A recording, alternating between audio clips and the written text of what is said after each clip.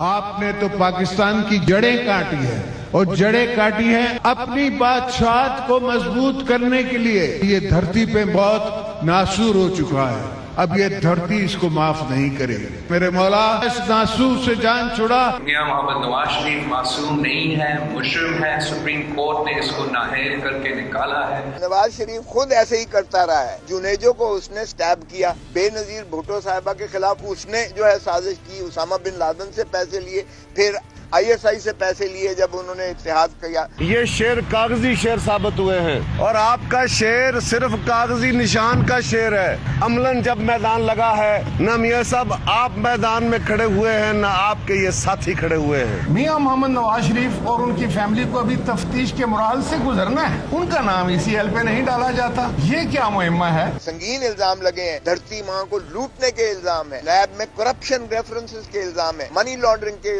الزام ہے، اسمگلنگ کے الزام میں. نواز شریف صاحب اور ان کی فیملی کا راج ہے پورے ملک میں. مخالفوں پر کیسز بنائے جا رہے ہیں. یہ جمہوریت کو بھی داؤ پہ لگا دیں گے، یہ ملک کو داؤ پہ لگا دیں گے. جس طرح کے انہوں نے قرضے دیے ہیں یہ اصل میں آپ کے لیے تاریخ کا لمبا جبر بنیں گے. محترم نواز شریف صاحب کی، شہباز شریف صاحب کی یہ نااہلی کی ریفرنس یہ ہم الیکشن کمیشن آف پاکستان میں دائر کرنے جا رہے ہیں. جو ڈیکلریشن الیکشن کمیشن میں جو دائر کیے ہیں وہ جھوٹے ہیں، غلط ہے، اور اس کے ساتھ جو انہوں نے بیان حلفی لگائے ہیں وہ بھی صداقت پر مبنی نہیں ہے. شہباز شریف صاحب جو ہے وہ پنجاب کا قاتل اعلیٰ ہے.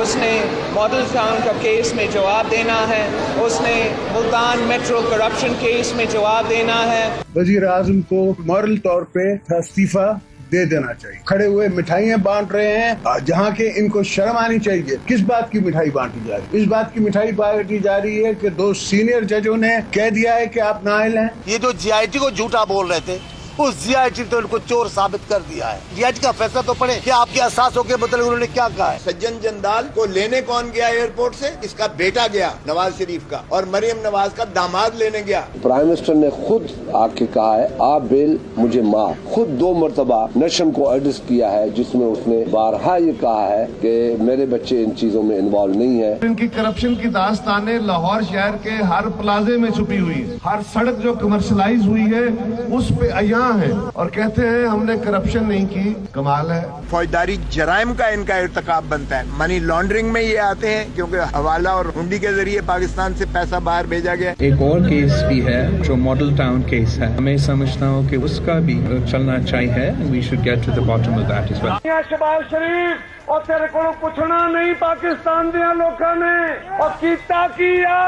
میاں صاحب کی صاحبزادی ہیں وہ پوری میڈیا کے سامنے جی میرا تو پاکستان میں پراپرٹی نہیں ہے. GIT نے کہا ہے آپ مالک کا ٹرسٹی نہیں ہے. جب جمہوری موومنٹ ہوئی یہ جمہوریت کے خلاف کھڑے تھے. یہ تو ڈیریلمنٹ آف ڈیموکریسی کے بینیفیشریز ہیں. جو ہزاروں ارب روپے کی کرپشن ہے جس میں یہ کہا جا رہا ہے ہم نے کچھ نہیں کیا، ہم ایک ایک پروجیکٹ کا وہ لوگوں کے سامنے رکھیں گے اور انہیں یہ پاکستان کے اندر یہ پرائم منسٹر کو اور ان کے رشتہ داروں کو اور ان کے حواریوں کو یہ لوٹ مار نہیں کرنے دیں گے. نواز شریف MLA سے ریزائن نہیں کرے گا.